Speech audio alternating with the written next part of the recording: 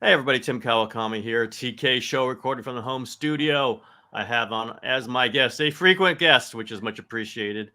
Someone whose voice you know, someone whose face you know, someone whose team you know fairly well. It's the owner of the Warriors, Joe Lacob. Joe, how you doing today? Thanks, Tim. I'm doing great. Just got off the golf course, and it was a terrific day. So let's not ruin it. Oh yeah.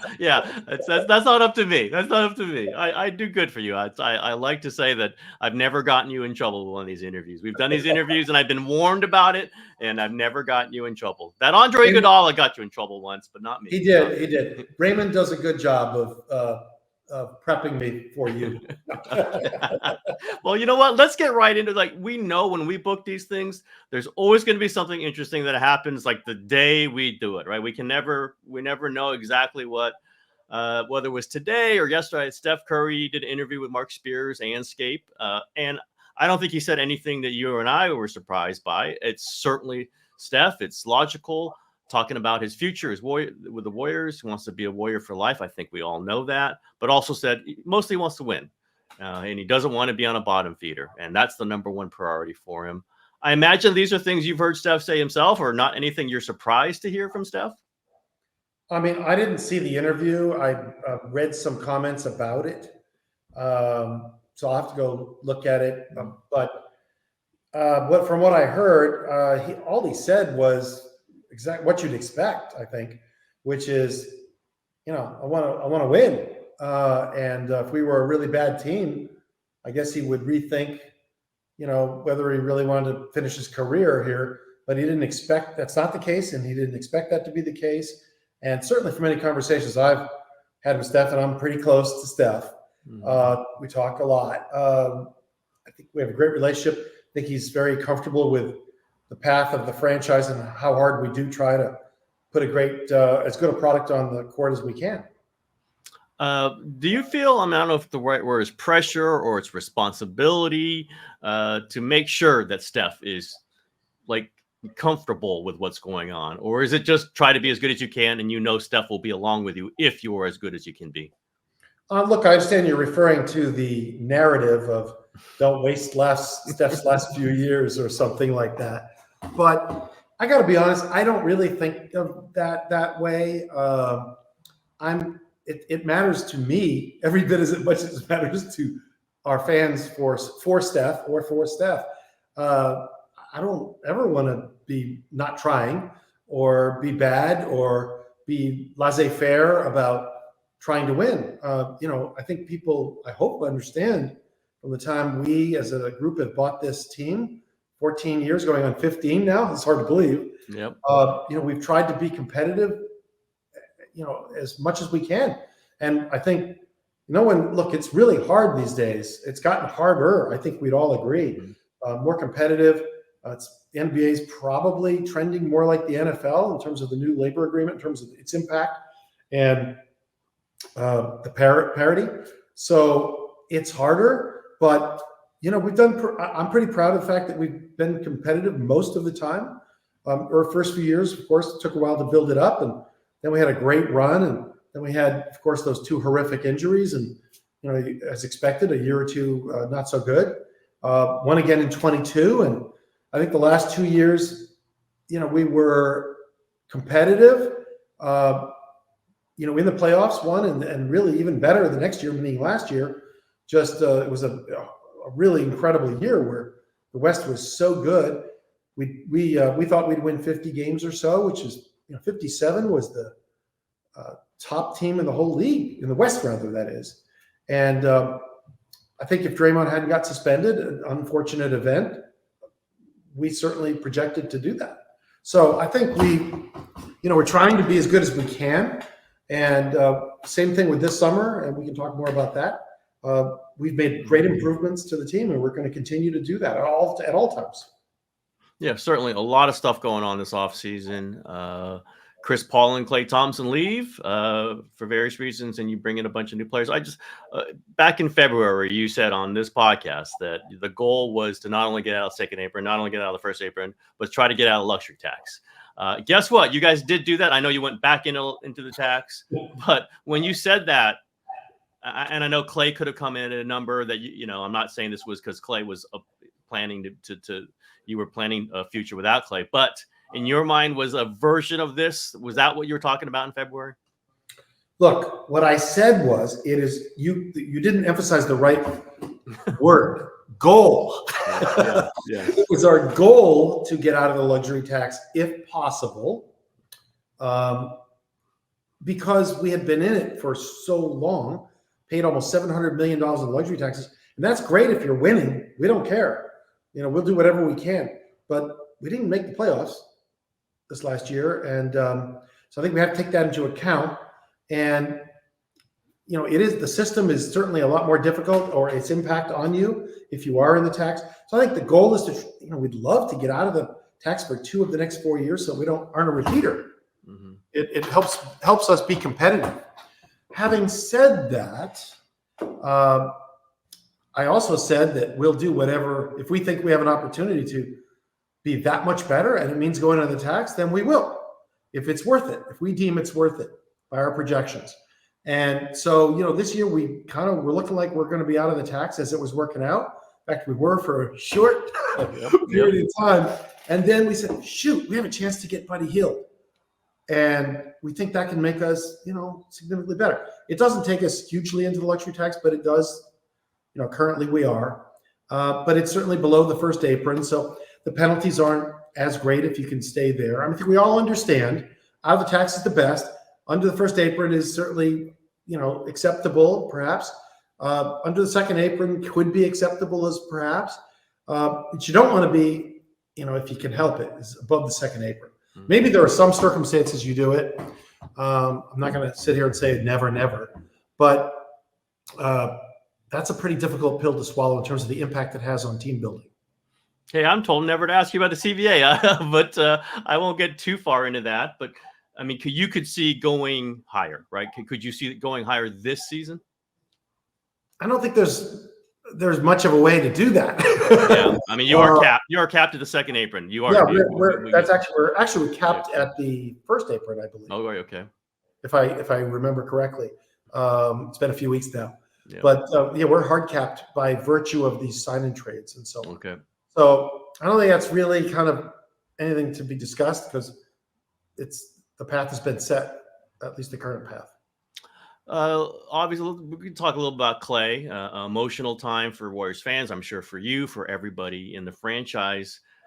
I'll just ask, what was your relationship with Klay like the last few months? I mean, I think Klay had gotten a little distant from some people. Did you feel like there was something where he maybe was getting ready to leave? Were you thinking, okay, what's life like without Klay? What was that last few months like? To be honest with you, we were pretty involved with just, trying to win games, and all of us on, doing that. I think as I don't want to go through this in great detail because it doesn't solve anything at this point. It doesn't do anything. It is what it is. But, we made an offer to him. It's well chronicled in the fall, substantially higher than what he ultimately did wind up signing for. So I thought it was very fair, if not more than fair at the time. We're trying to anticipate what the market is for him. We're trying to be really fair to him and recognize him for who he is. And so we did that, and that was not acceptable to them. That's their choice. At that point, we're sort of have to go to free agency. We told them, get closer to that day and see how the team forming, see how we do this year, and see how the team forming process was going. And we were doing that.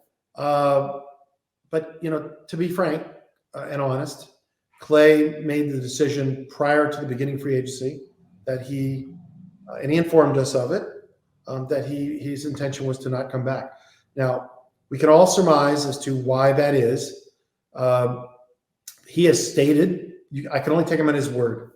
He called me and said the same things you heard. Klay he's an open book. He felt he needed, for a variety of reasons, to have a fresh start. He put a lot of pressure on himself to be the player he always, was in the past. And perhaps he didn't feel like he was living up to that, or he felt the pressure of the situation. I don't know. I just don't know. You'd have to ask him. But he made the decision he wanted to move on, which surprised us a little bit, to be frank. But I'm a believer that these guys earn their stripes. They earn the ability to be free agents if they want. They put in the time. It's their life. What makes them happy. I would love if Klay had been a Warrior for life. And under a fair and equitable basis, we wanted to try to achieve that very badly. We did achieve it with Draymond, a different situation. Steph's under contract, so we felt we were on path to do that. It just didn't work out, and there's no sense rehashing who offered what, when, and all that. We all know the basics of the situation, and I think he's happy for now with his choice, and we had to move on and accept that. Was that offer on the table like before he made you that call? Like as free agency was beginning, was that offer on the table? The offer from last fall you're referring to? Yeah. No. Yeah. Because that's clear. That was an offer in the fall, and we were in the process of developing an offer. But we really couldn't do that. He knew that without sort of seeing how a lot of different things were happening. We had a lot of things going on, Chris Paul contract. We didn't know what was going to happen with all those things. So I think it's common sense for anybody to understand that you're juggling a lot of balls and they all have to make sense. But he made the choice a little early. He made it for us, right? He made it for us. And it's not what we wanted, but it happened. You mentioned Buddy Hield. You also get Kyle Anderson with that trade exception that you generated from the Klay Thompson situation with Dallas. You also signed DeAnthony Melton with the non-taxpayer mid-level, which has been a long time since you guys had access to that. Can you just briefly, I know you're involved with every one of these deals. Where do you think you got better? Why do those three guys add to what your roster is? I don't think we've ever, since I've been here, added three veterans, substantially positive impact veteran players to the roster all at once like that. And I think we got, pretty good value in those transactions, those pickups. So they're guys that are going to play. They are rotation players, no question about it. All at various times in their careers have been starters, and even recently. So we think those three guys, along adding to the roster. Yes, Klay is gone. That's a negative. Chris also leaving. A negative, but I think when you take everything into account, though, adding those three guys makes us better. And you add that to, hopefully a year where Draymond doesn't get suspended, which I'm sure he will achieve, and add it to the fact that the young guys continued to get better last year, and we drafted very well. We had two guys that exceeded expectations we drafted last year. Kuminga certainly got better. Moody, I think, didn't get quite the opportunity, but got better. So I think, and they will again. So they're very young. So we think those guys all getting better, plus the three guys we added. Yeah, we lost a couple guys. But I think if you look at the whole team, you'd have to say, and our models do project us to be better than last year. Especially the way last season ended, not looking very athletic or fast against Sacramento in that play-in game.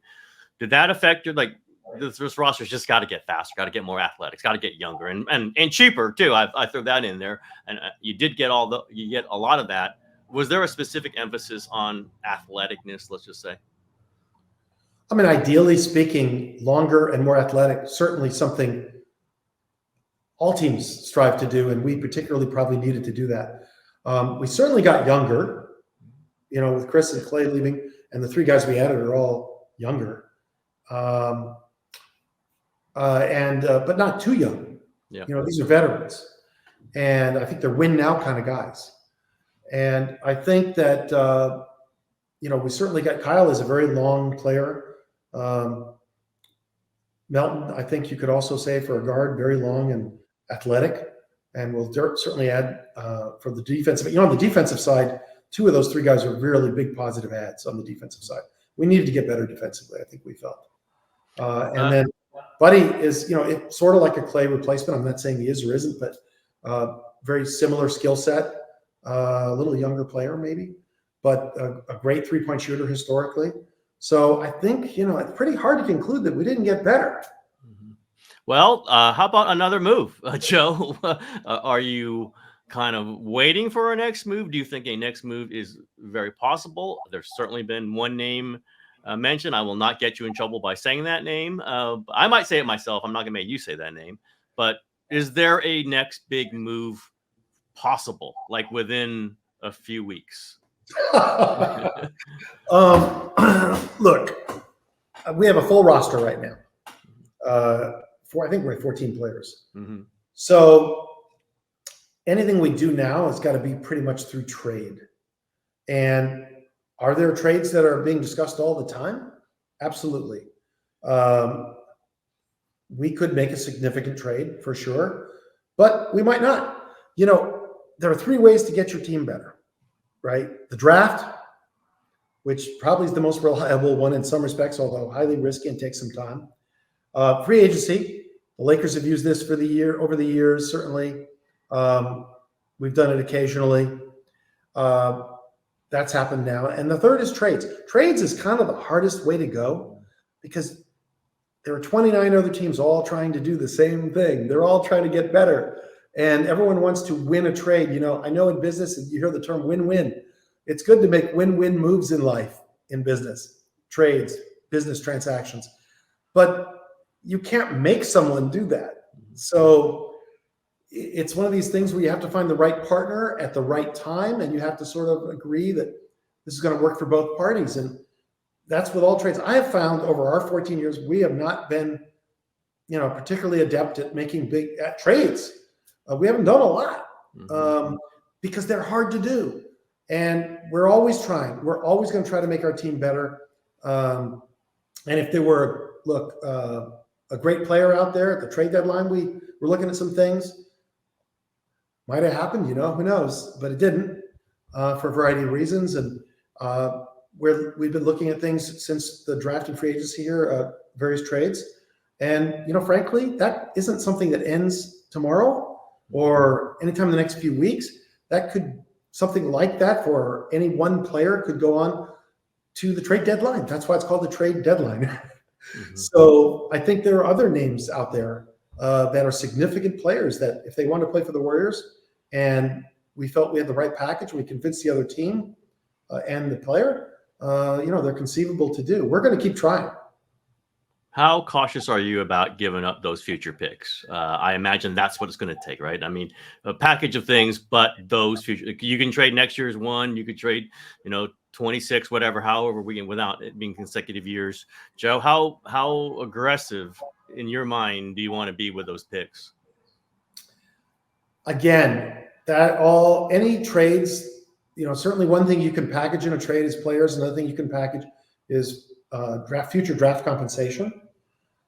I think all teams have to be careful with doing that because with the new CBA and the way things are, I mean, it's pretty scary to go naked on not having trades. There are some teams in this league that don't have any picks for the rest of the decade, essentially under their own control. I'm not saying that's something you can't do or shouldn't do or ever, but you better be right if you do it. Because if something happens, you may think it's really great right now, but somebody gets injured or suddenly you're out of it, you could be in a pretty bad way. And our fans expect us to be good, not just really good, not just this year, but in future years as well. So it's a balance. I think we have to balance. We would do it. We would send all kinds of picks in a particular trade or players if we felt we were getting back something that was really great and that made sense and that they got someone that was the right age and the right cultural fit and and also fit within the construct of the team. It's possible, but I will consider and we will consider anything and have considered all of these options. But I think you're missing the real point. Mm-hmm. And I know what you're alluding to, but you have to have two parties that are reasonably willing to do deals together.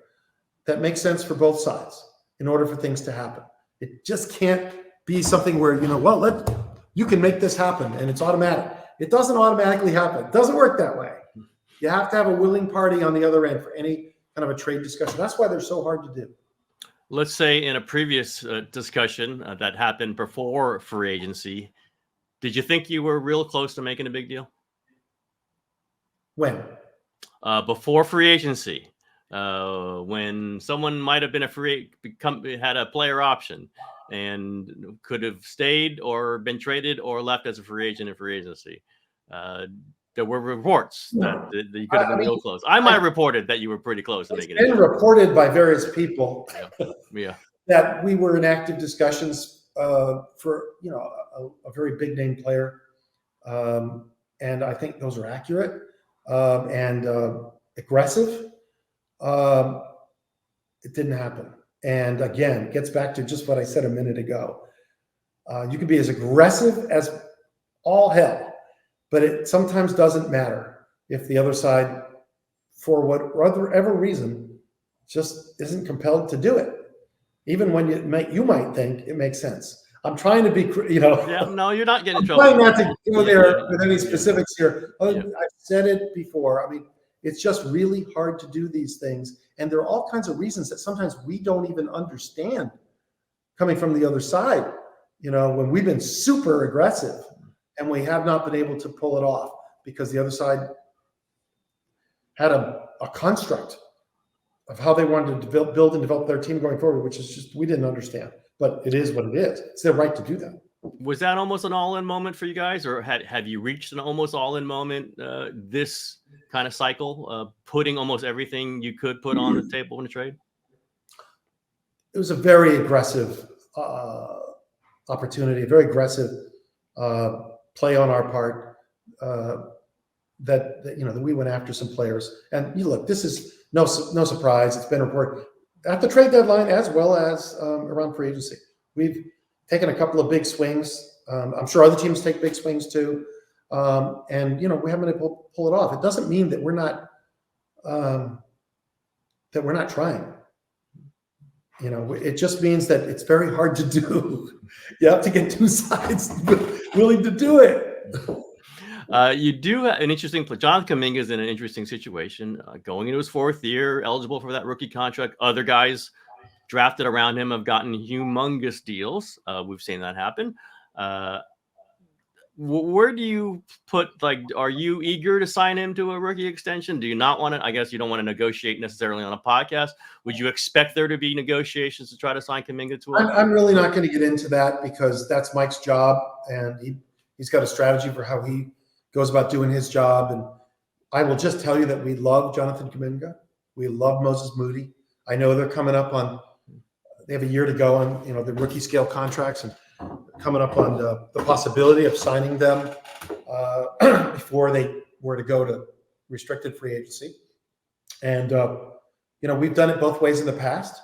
So I think we have to, we love these players, and I fully expect them to be Warriors. So I can't tell you when that will happen.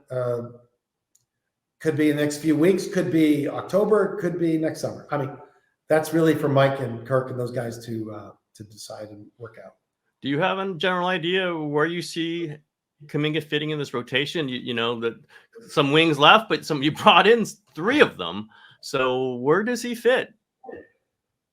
Look, I'm a big believer in Jonathan Kuminga. I mean, everyone knows I'm a big JK fan.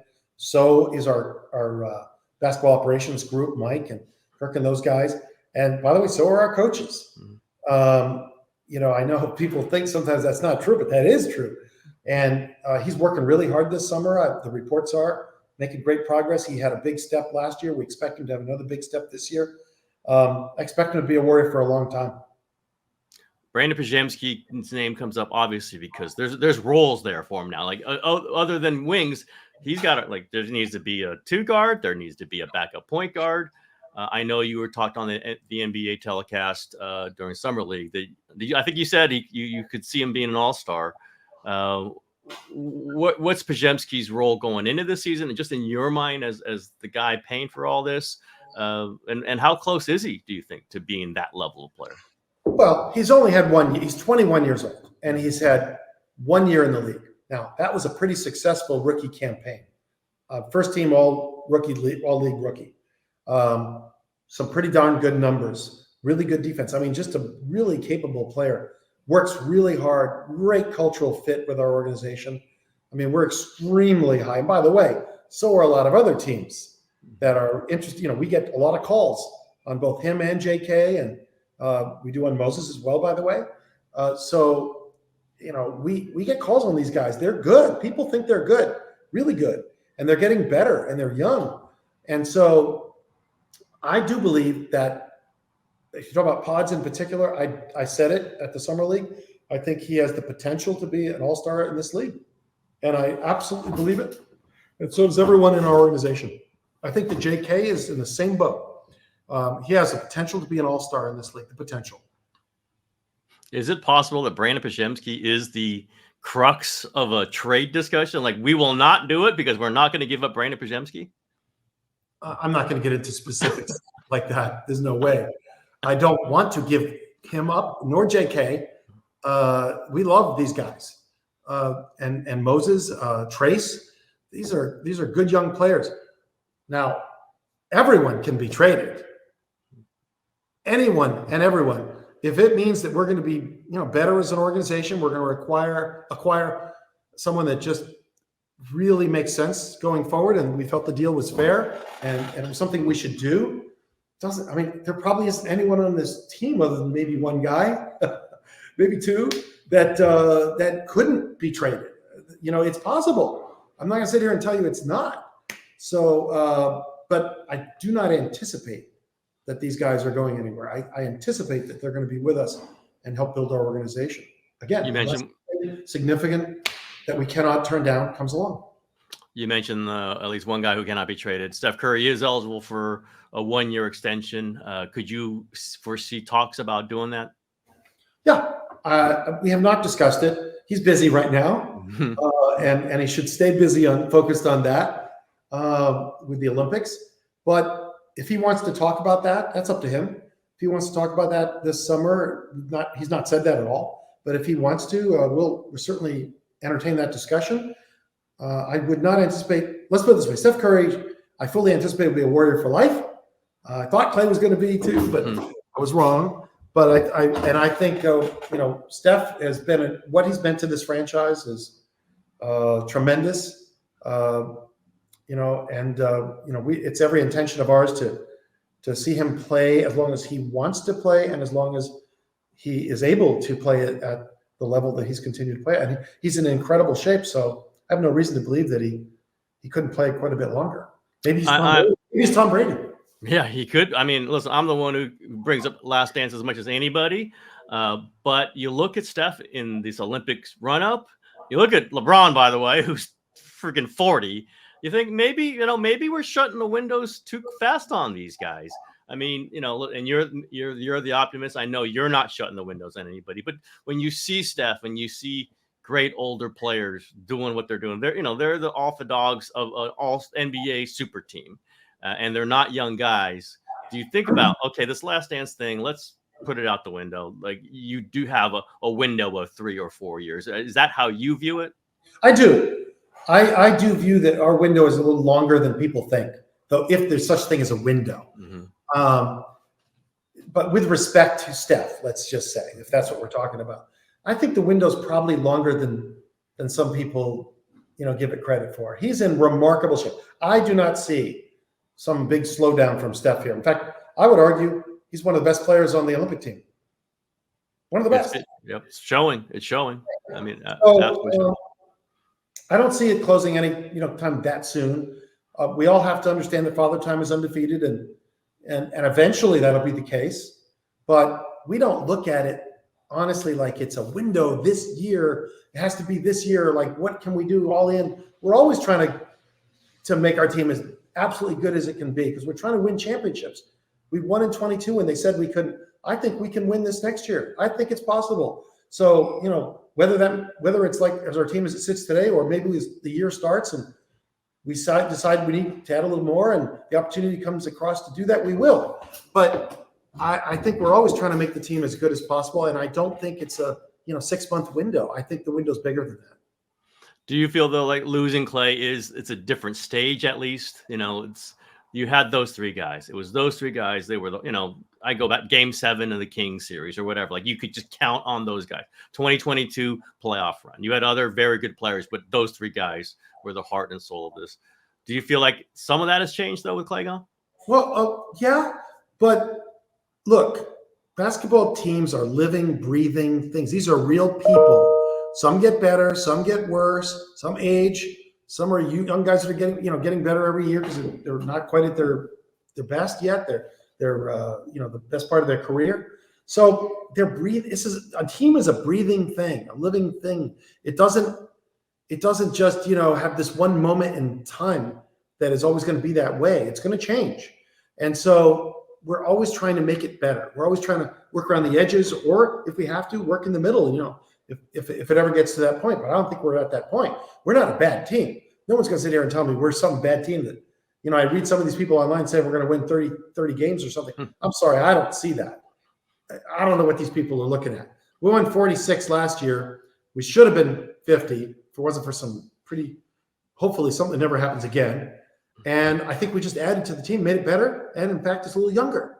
So the version with Klay is not there today. It's a slightly different version. And that's always going to be the case because nothing ever stays exactly the same. Okay, you got the Valkyries coming now.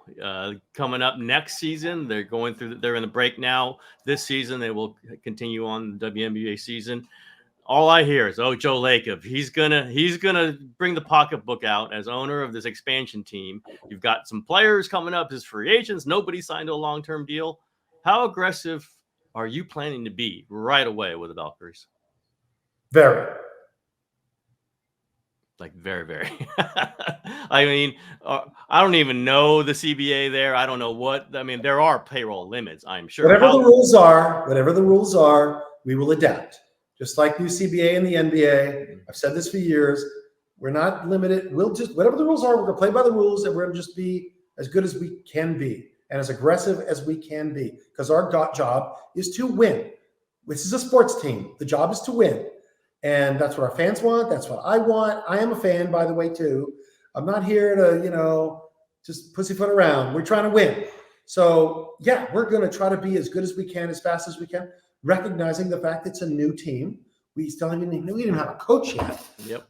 Get a coach there, Joe. We're working on it. We're working on it. So we're going to hire a coach, and there'll be the expansion draft, and then there'll be the draft of the rookies after the college season. And, the good news is, as I've said, we're set up pretty well because, a lot of these players, knowing there's a new CBA coming in the women's game, have signed pretty short-term contracts. So free agency, you might presume, will be a pretty active area for us and other teams early on. And we'll be aggressive with respect to free agents. We think our job in order to get free agents is to be attractive to them. It means have a good coach, have a good organization. The Valkyries name, synonymous with the Warriors name. I hope people want to play for that organization. They'll be treated super well, as good as you'll be treated in any organization in the world. Our facilities are world-class. We're just doing a whole new women's locker room at the Chase Center, which is going to be world-class. In Oakland, which we kept that facility, we're revamping and spending a whole lot of money, millions, on the practice facility there. We're one of the best practice facilities in the WNBA. That's all part of building a winning organization that people want to come to, players want to play for. And so, yes, we're going to be aggressive to go out and get the best players we can. And we're going to create the best environment we can. And hopefully we're going to win early. Yeah, you don't mind people going, what's Joe Lacob going to be doing? You don't mind hearing that, I'm sure. I don't care. I mean, I don't really care. That's not my issue to worry about what people are saying. I just want my fans, my guys people who pay money to come see these games. It's a form of entertainment. I want them to enjoy the process. I want them to enjoy coming into the arena, enjoy the entertainment that they're being subjected to, and that I want them to know that we want to win and we want to win for them. All right, Joe, I will end this with a question. version of a question I've asked you many times. I ask all my guests. Joe Lacob, what's your favorite movie right now? My favorite movie. Well, actually, I have an interesting answer to this question. It turns out my daughter, Casey Lacob, she's an aspiring filmmaker, has been working for years on a film that she wrote and directed, and it's just in post-production right now. It's called The Book of Jobs. It's not, you can't see it, go to the theaters and see it yet, but it'll be coming to film festivals and we'll have broader distribution soon. But it's called The Book of Jobs, and it's about, I've seen it, of course, because it's just finished post-production. And it's my favorite film. I have to say I'm very proud of her. It's interesting because it's a coming of age story for a young girl in Silicon Valley, kind of unique kind of story that hasn't really been told. And there's some of it's autobiographical. So some of our fans out there might want to see this. It's, about her growing up in our family. And it's an interesting story, I think, in general. It has some of it's fictional and some of it's autobiographical. So that's my favorite film. Sorry about that. My TV decided to come on right in the middle of it. I was listening to all of that. It's her first film, I guess one of many. This is going to be her career. She raised the capital for it, wrote and directed it. She spent 3-4 years on this project, and I thought she was crazy, and I tried to discourage her. But to everybody out there, young people, in their 20s, that's the time to take chances in life. And I really respect the fact that she decided she was going to do this on her own, and has learned. And she worked down in LA and in and around the industry too, and went to school, film school stuff. So she's paid her dues, has paid her dues. She's 29 now, and I'm just really impressed that she got this done. And I think the film is fantastic, and I hope people will watch it when it does. Well, go get her from the Lacob side. That's a little different from her brothers. Her brothers are kind of lackabouts. I don't even know what they're doing, but good to hear there's a Lacob prodigy who's out there working hard. Hey, they better all work hard. I'd be pretty disappointed in them if they don't. I am just ripping two guys I know very well, as you know. All right, Joe, listen, I appreciate answering all my questions. I don't think you got in trouble, Joe. Once again, my perfect record of not getting you in trouble. Maybe I should try to get you in trouble one of these times, just as a little screwball. But no, I think I asked direct questions. You give me direct answers. You're not getting in trouble for that. And I think I try to be direct, Tim. I want our fans to know it's authentic. When we just like them. We want to win. We want to create a winning program. We're doing everything we can at all times to do that. So we don't hold back. And I don't mind you asking me whatever question you want to do. I'm not going to hold back. So thank you for giving us the opportunity to basically communicate with our fans. All right, Joe, listen, appreciate it. As always, thank you so much. That is the show for today.